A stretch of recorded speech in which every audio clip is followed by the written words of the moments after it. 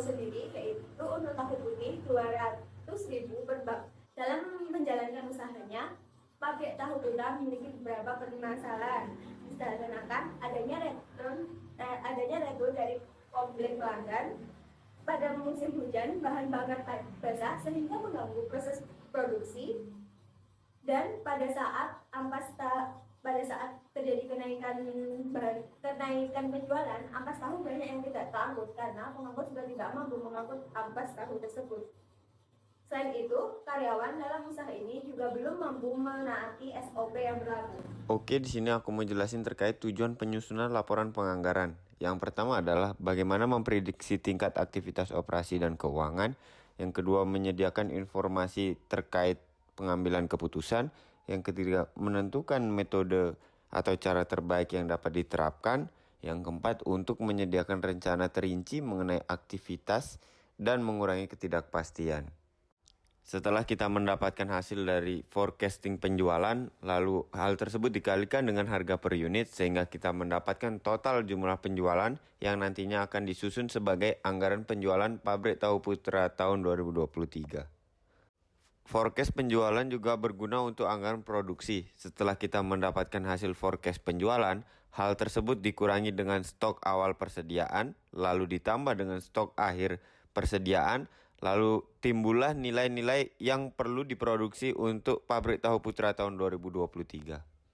Anggaran pembelian bahan baku pabrik tahu putra tahun 2023 ini bergantung pada anggaran yang sebelumnya, yaitu anggaran produksi yang kemudian dikali dengan nilai SUR yaitu 12,5 yang didapat dari 7 ton kedelai dibagi 560 box sehingga dapat diketahui jumlah kebutuhan dalam kilogram yang kemudian dikali dengan harga per unitnya adalah Rp12.000 sehingga dapat diketahui jumlah dalam rupiahnya adalah seperti pada tabel. Pada anggaran tenaga kerja langsung, pabrik tahu putra tahun 2023 ini memiliki total pekerja sebanyak 52 dengan jam kerja langsung adalah 8, sehingga total jam kerja langsung untuk satu triwulan adalah 37.440 dengan biaya sebesar Rp10.000, sehingga dapat kita ketahui total biaya jam kerja langsungnya adalah Rp374.400.000 untuk satu triwulan. Anggaran selanjutnya yaitu anggaran BOP atau beban overhead pabrik. Anggaran ini dibuat untuk memberikan proyeksi biaya-biaya yang tidak secara langsung terlibat dalam proses produksi. Dalam pabrik tahu putra, anggaran BOP ini terdiri atas 3 kelompok. Yang pertama ada overhead tetap yang berisi tentang utility, peralatan, dan juga depresiasi. Di sini peralatan hanya tersedia di triwulan pertama karena peralatan hanya dibeli di triwulan pertama untuk 1 tahun. Lalu selanjutnya ada overhead variabel di mana berisi cuka dan juga kunyit sebagai bahan pendukung. Jadi sesuai dengan volume produksi. Lalu yang terakhir itu ada bahan bakar yaitu kayu bakar.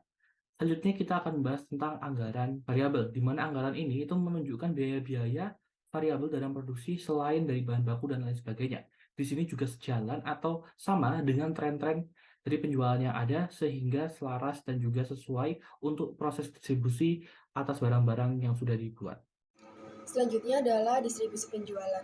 Dalam memperlancar arus saluran pemesanan secara fisik, pabrik tahu putra melakukan pendistribusian penjualan kepada beberapa pasar yang ada di Kabupaten Malang, antara lain Pasar Cokolio, Pasar Bantur, Pasar Par, Pasar Turen, Pasar Bulawang, Pasar Kerbet, Pasar Pagi Saji, dan Pasar Gadang. Persentase distribusi penjualan di setiap pasar diasumsikan sebesar 11% dari penjualan per triwulan, terkecuali pasar Gadang yakni sebesar 23%.